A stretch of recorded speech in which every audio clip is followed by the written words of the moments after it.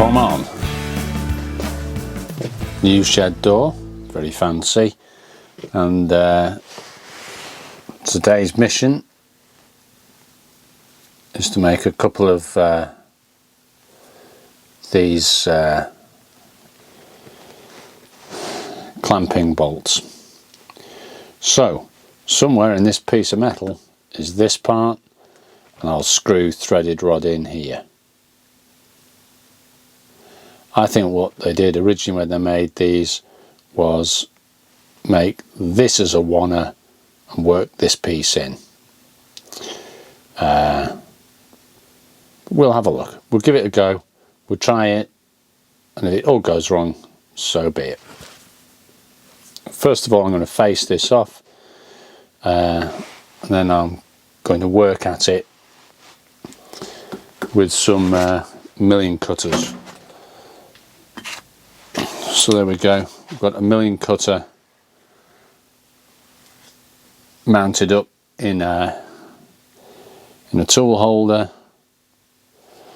Got a big boy,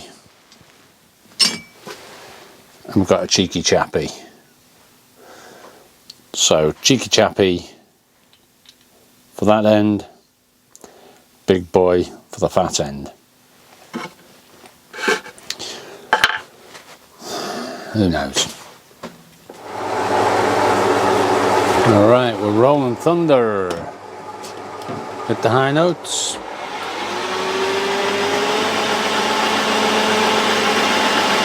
Square it off.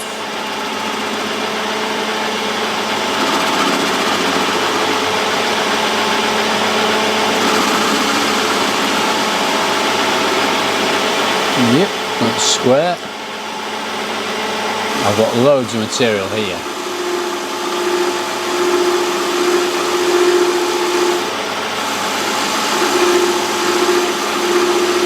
So I just hog this off. Alright. So I'm going to do the small ball at this end, the big ball at the far end. I'll measure the diameter of the small ball here.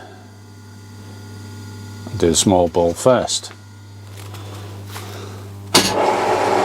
Okay, so in the end I'm cutting this with the tool steel because inserts just didn't want to work.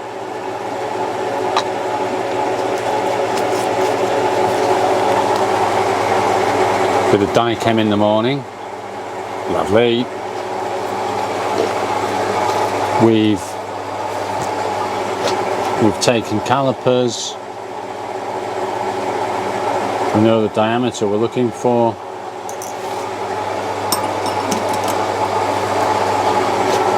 And we've set our scribe. Okay. It's a bigger ball than you imagine, isn't it, that? Right, well that tells me where the ball wants to be. I'll mark out the rear extent of the ball with the rear tool post.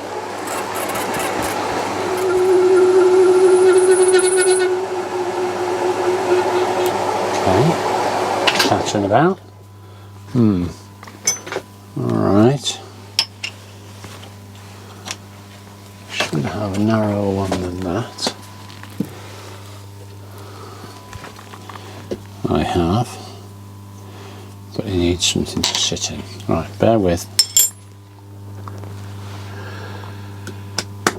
So, having it sticking out so far has given me chatter, which is a nuisance. I tried a narrow cutter, tried a wide cutter. But anyway, I'm just going to have a little go and see if I can turn the ball on the end of this. Just for yucks. I might chuck this in a bit, but I'm just going to give it a quick wallop and just see if we've got some sort of a winner. So I've got a radius cutter, a radius milling cutter that I've mounted in a block in the tool holder. What could possibly go right? Who knows? Right.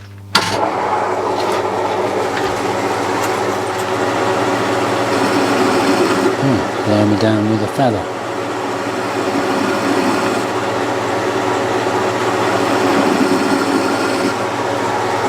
Rather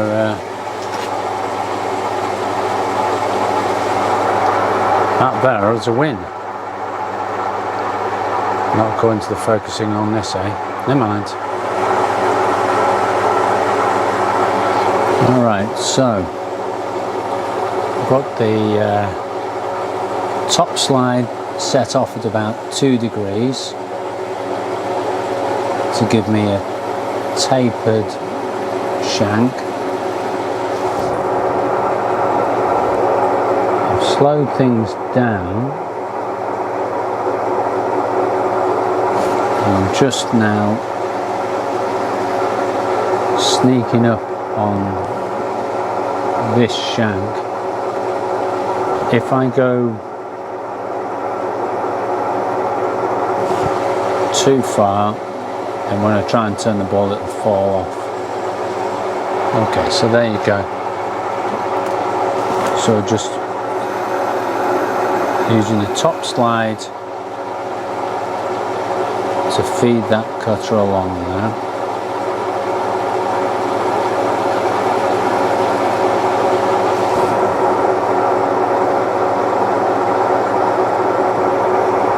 Taper looks okay.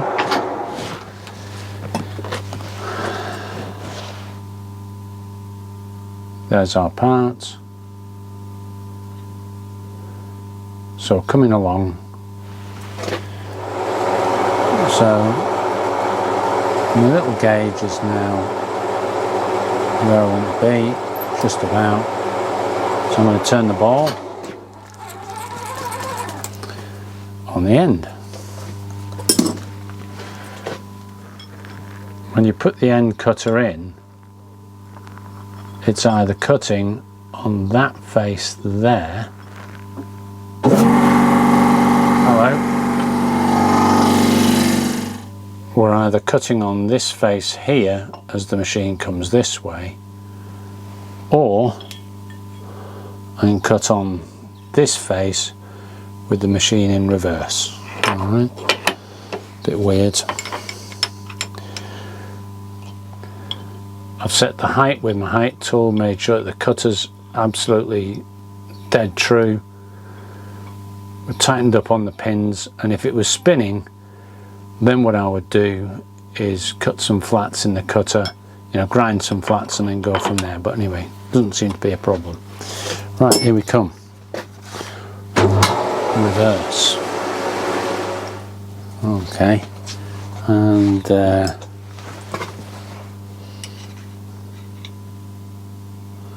my ball's not as good a ball, and the diameter's still a bit big. So anyway, such is life.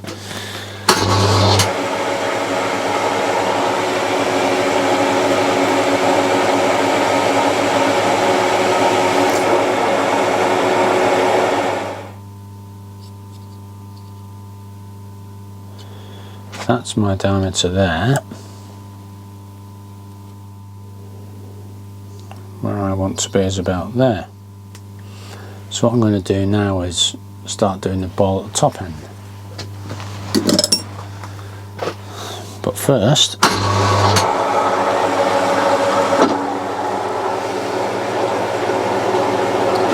that cutter is on an angle, so I can't just plunge straight in.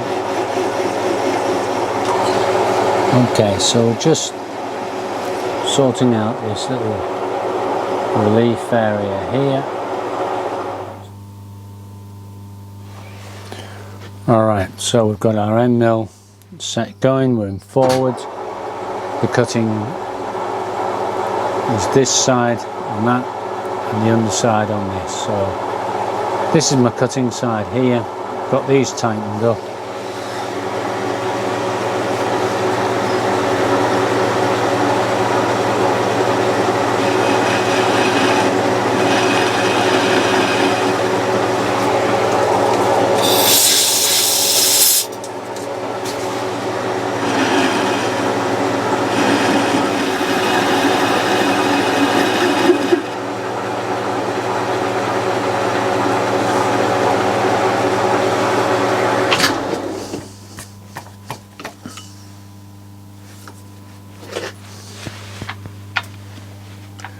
still got clearance.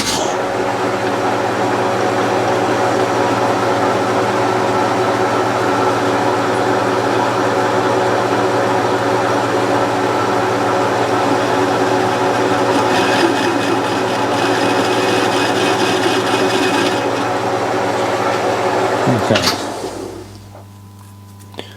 so I'm sort of rounding it off here, then I'm going to come back in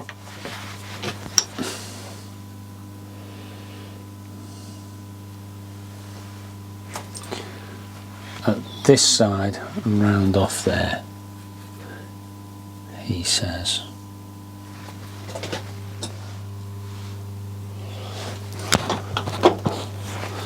So we're on the underside of the cutter this time, so I'm going in reverse.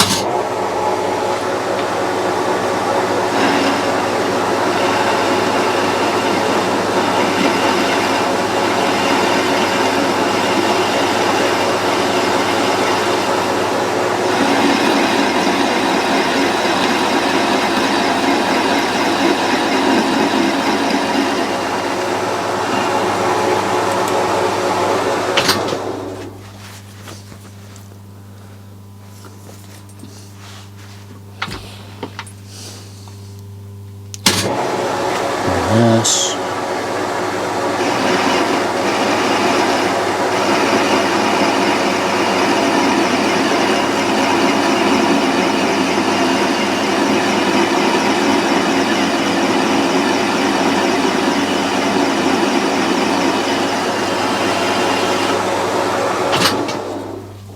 Oh, really?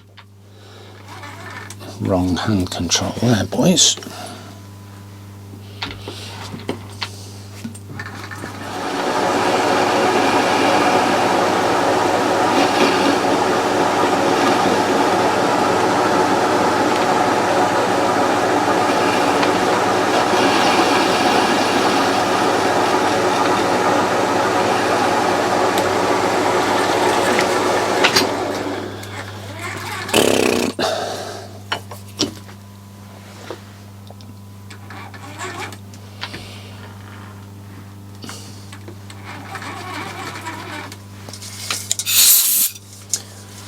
So it's just a matter of keep whittling, and that's what I'm going to do. I'll bring you back. Okay, so we're slowly getting there. We're back with the machine running in reverse.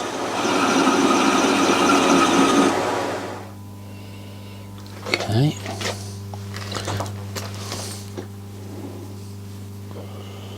Yeah, that looks alright.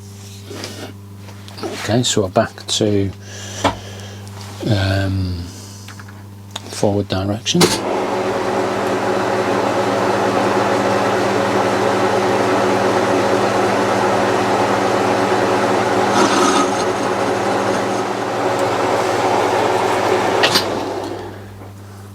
And I think I'm just going to do a bit with a file now,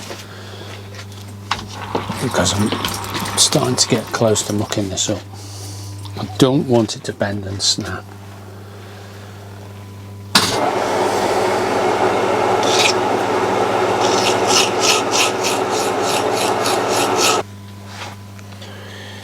Okay, so in the end I'm a little bit short, I'm not very round, but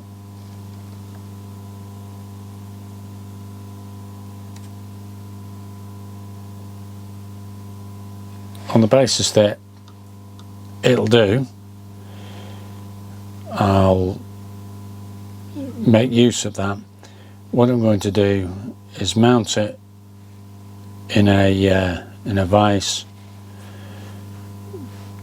drill it, and then I'll work a piece of bar stock down, you know, a threaded rod down, and just silver solder it in place. So a bit of fun. It feels nice and comfortable to the hand, feels nice to the touch, so I'm pretty happy with that. Key to the whole job really is having these large milling cutters solidly mounted up.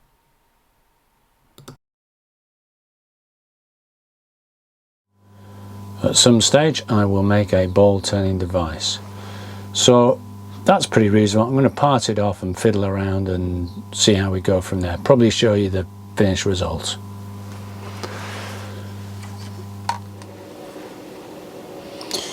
There she be. We've silver soldered that onto a shaft or onto a piece of threaded rod, and put it into the dirty oil, quenched it. So it's oil blacked. I'm going to try it up in situ. So back at the mill, I made a chip guard that sits on the back of the machine, and it's going to engage those dovetails. Yon end fixed, this end with a bit of a slidey bit.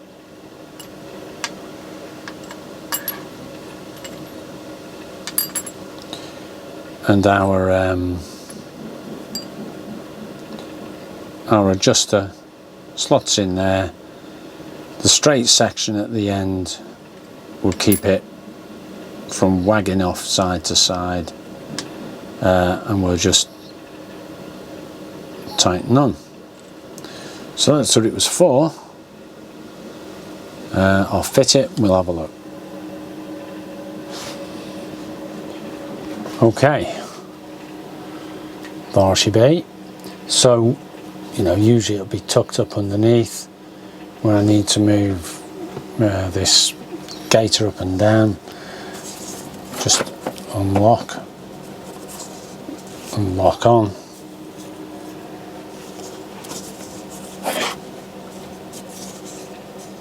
I needed this more on this machine than just the M1 because there's such a big gap at the back here and it's just wanting all the rubbish to drop down. So I'm happy with that. And on that happy note, I am gone. Shed Guy, out.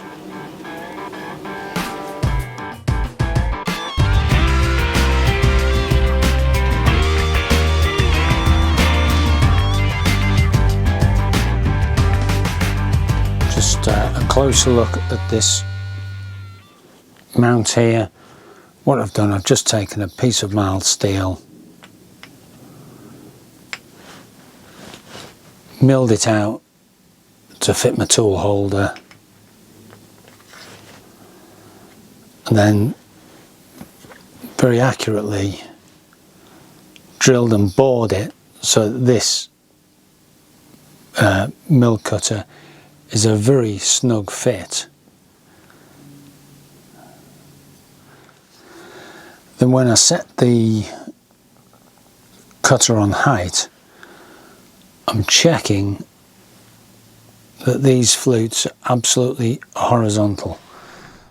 And set bob on height with my height gauge. Okay, so there we go. We're just checking that we've got the tool on centre height.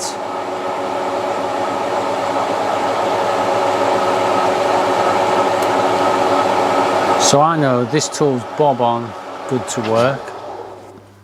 Okay, and essentially we've got the same type of effect here with my tightening screws on the face side. That's the cutting face on this top side, and on this flute you have to put the lathe in reverse, the cutting flute's underneath. All good. In order to get different angles on the cutter. What I'm going to do is take out my pin off the tool post.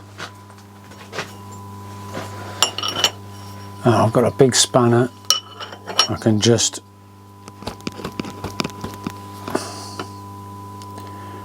rotate the tool post around, get the best spot, lock off, plunge in, come out, move the post, all the rest of it. So I'm blending, I'm not making a proper sphere, I'm trying to blend something that looks good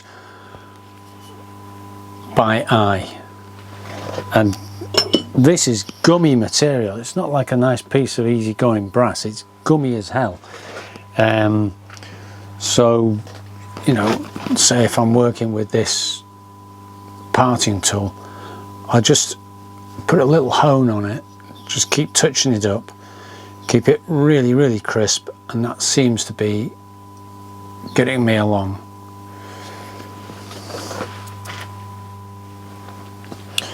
Okay, so just going to do another one. I've got a nice diameter now.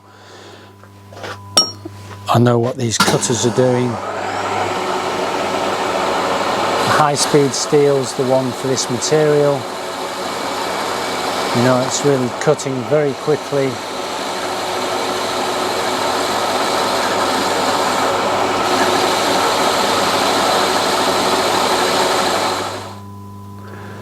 Okay, so second time through,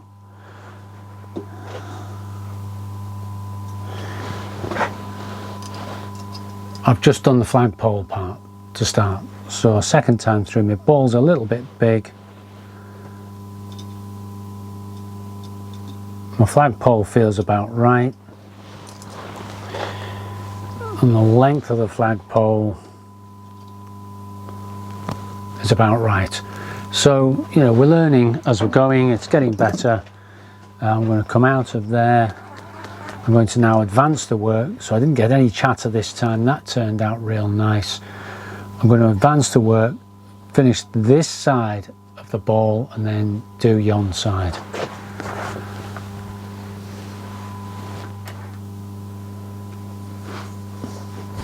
Come in something like that.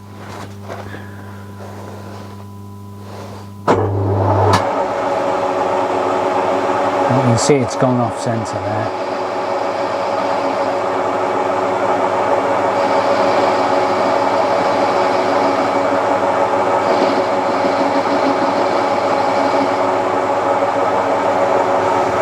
Spin the cutter around again.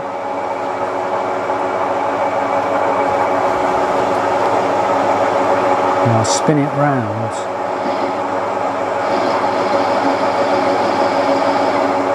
until it starts cutting on that side.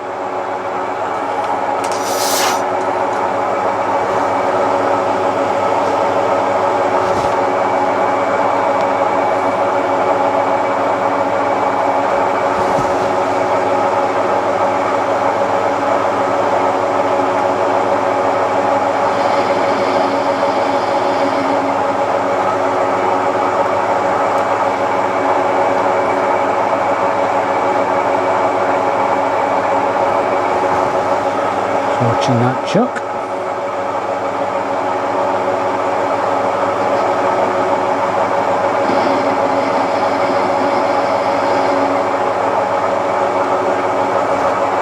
Okay.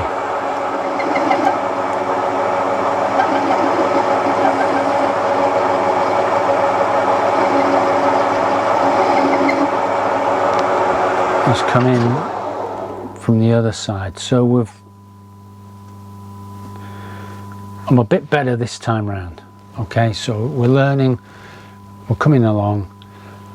I'll use this side of the cutter, and to get this side of the cutter I'll have to put the lathe in reverse, but it's coming along now.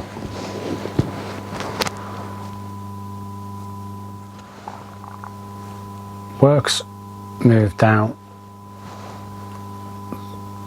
this way. I've worked on this side just with the parting tool, and now I'm going to plunge in with my end mill.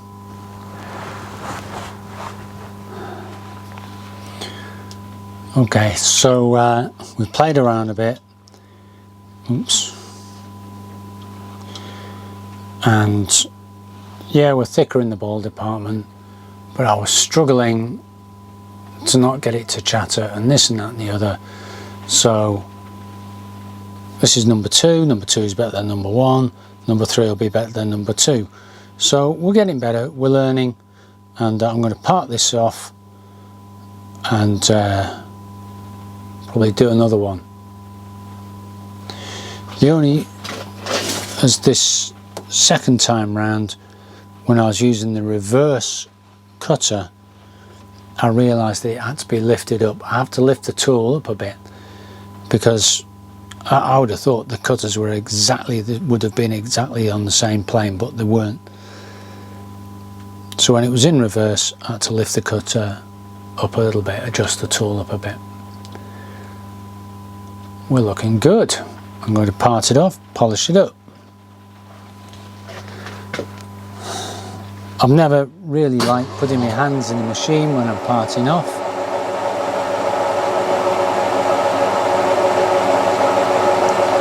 So I've got a very loose hold on this.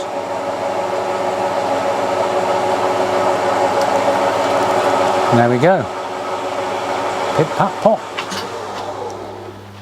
That'll do me.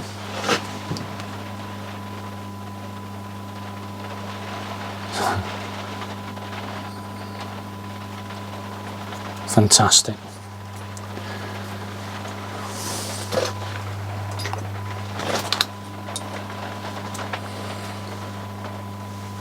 My ball's a bit bigger, but hey, what the hell. I've got the same length, and I'm just going to make a couple of these as well while I'm at it, because I can.